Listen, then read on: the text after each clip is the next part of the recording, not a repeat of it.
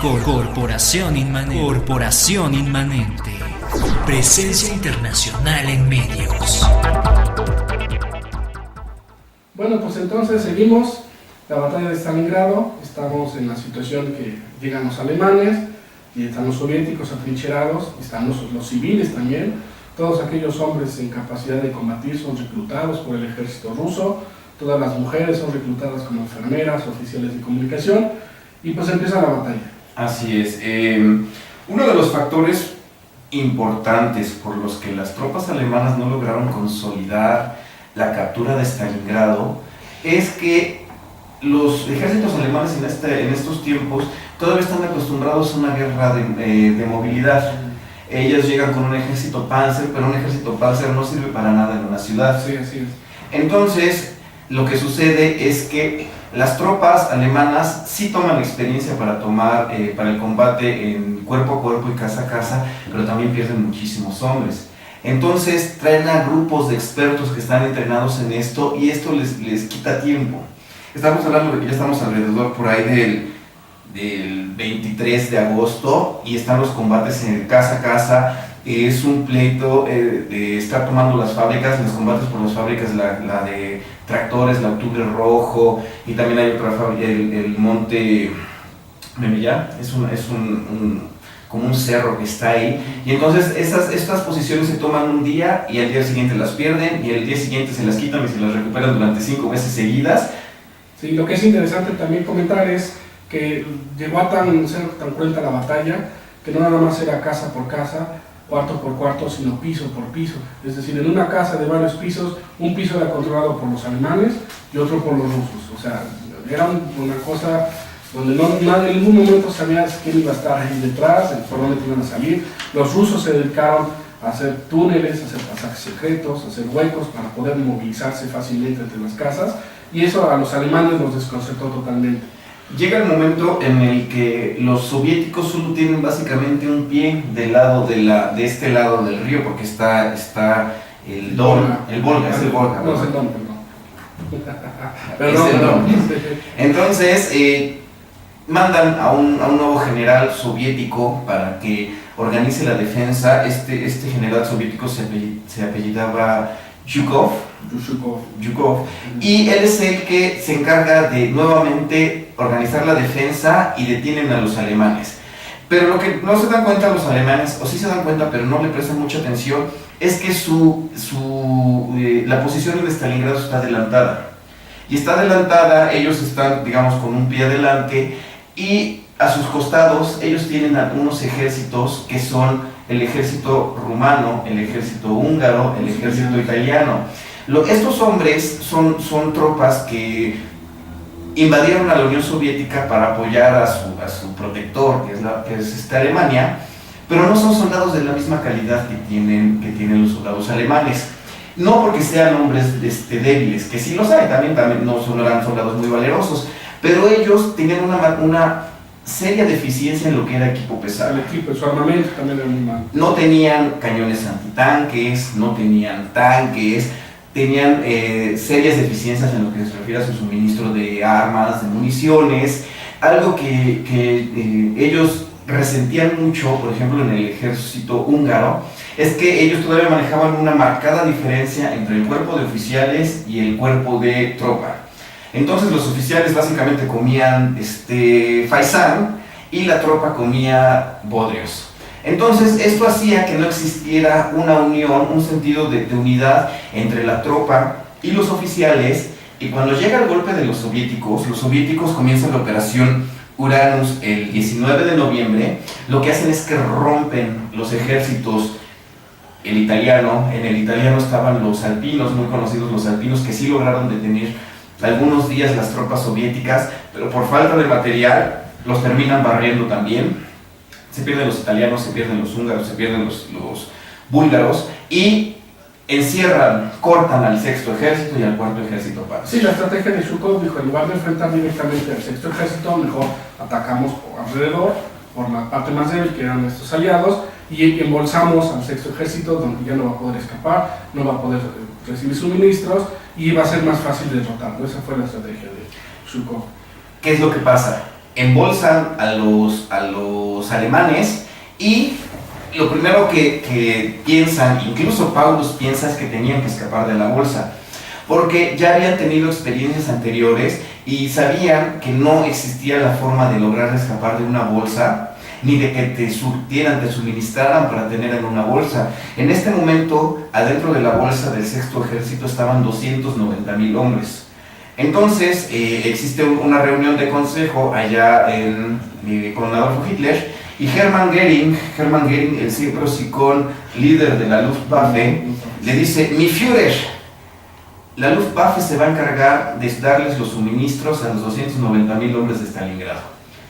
Y obviamente eso es algo que no iba a pasar, no existía. Es más, yo creo que el día de hoy no existe la manera de darles de comer a 290,000 personas a través de los aviones. Sí, es más, muchos de sus generales, cuando escucharon las palabras de Göring, dijeron: está loco, porque para poder hacer eso necesitarías todos los aviones que tiene la Luftwaffe actualmente, tendrías que usarlos para la operación, y eso era algo imposible. Entonces, desde un principio era loco, pero Hitler confió en él, dijo: sale adelante, la Luftwaffe va a rescatar a sus hermanos de la infantería, y pues vamos a seguir con el combate. Y les dan la orden a los soldados que están ahí encerrados en Stalingrado, les dan la orden de que resistan y de que no se muevan. Eso fue bien importante, porque empieza el suministro aéreo. Creo que tenían que llegar alrededor de 200 toneladas de suministros diarios para que el ejército viviera, y el día que más les llegó fueron 40 toneladas.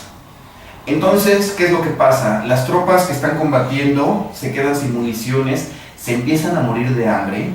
Llega el punto más bajo a donde las tropas alemanas les dan de alimentos. Creo que les dieron 30 gramos de pan para vivir en un día. O sea, 30 gramos de pan es una rebanada de pan, y eso era todo lo que tú podías vivir. Se empiezan a comer a los caballos, empiezan a desperdiciar, a perder los suministros de munición. Y empieza el frío además también, que ya empieza el diciembre, ya se acerca el diciembre y empieza el invierno frío. El invierno ruso, que es tan cruento, donde llegaron a registrarse temperaturas de menos 19 grados centígrados. ¿Y qué pasa? Que aparte de todo fue el peor invierno, creo que en un siglo. Entonces básicamente todo estaba en contra de las tropas encerradas en Stalingrado, y llega el momento en el que se dan cuenta de que no va a ser suficiente el suministro de la Luftwaffe, y organizan un grupo de ejércitos Panzer, un grupo de algunos Panzer, porque no era un ejército, para tratar de liberar la bolsa. Este ejército estaba al mando de Manstein y submando de Hoth. Entonces el plan era romper las líneas y también pedirle a Paulus que reuniera todos los tanques que tuviera, todo el combustible que tuviera, y trataran de romper las líneas y se enlazaran. Concentrarse en un punto. El problema es que nunca le preguntaron a Paulus, y Paulus ya no tenía ni gasolina, entonces no hubiera podido echar a andar a sus tanques. Así es. Entonces Hoth sí logra avanzar, yo creo que llega a estar hasta 40 kilómetros, pero también algo que es bien importante es que Paulus no era un hombre de acción. O sea, aquí lo que todo el mundo, bueno, los historiadores están de acuerdo en que si Paulus hubiera sido un hombre un poquito más decidido, cuando él se da cuenta de que Hoth ya está a 40 a 50 kilómetros de sus posiciones, haces una arenga, convences a tus soldados, y aunque caminando o arrastrándote, pero ellos sí hubieran tenido la capacidad de enlazarse con Hoth. ¿Qué es lo que pasa? Se pierde la oportunidad, y ya de ahí básicamente lo único que hacen es esperar el tiempo para que sean liquidados por las tropas soviéticas. Sí, así es, y bueno, pues obviamente esto sucede. Al final el ejército soviético también había preparado todo para que no se escapara el ejército de Paulus, y pues ya nada más era cuestión de esperar. Capturan los dos aeropuertos que quedaban, que nada más tenían unos aeropuertos muy pequeños, no eran aeropuertos como tal, sino eran básicamente unos pedazos de campo por ahí donde aterrizaban los aviones. Creo que el último avión sale en diciembre, el 18 o algo así de diciembre, y básicamente se pierde todo contacto. Algo que también los soviéticos se dieron cuenta, que cuando venían los aviones alemanes, simulaban ser alemanes. Digo, los rusos, cuando venían a los aviones alemanes que iban a entregar suministros, lanzaban bengalas o se disfrazaban como si fueran alemanes, y entonces los aviones soltaban los suministros, pero pues era una trampa. Y entonces los suministros, muchos no llegaron a sus destinatarios, precisamente por este truco que desarrollaron los rusos, y llegó un momento en que aventaban los aviones los suministros, y los alemanes estaban tan débiles, tan cansados, tan enfermos, que ya ni siquiera se paraban a ir a ver qué había llegado. Simplemente los veían y pues ahí están y pues, yo no puedo hacer nada. Las escenas de terror, para cuando tengan oportunidad de leer, escenas de terror en estos aeropuertos eran de Pitomnik y Rumhak.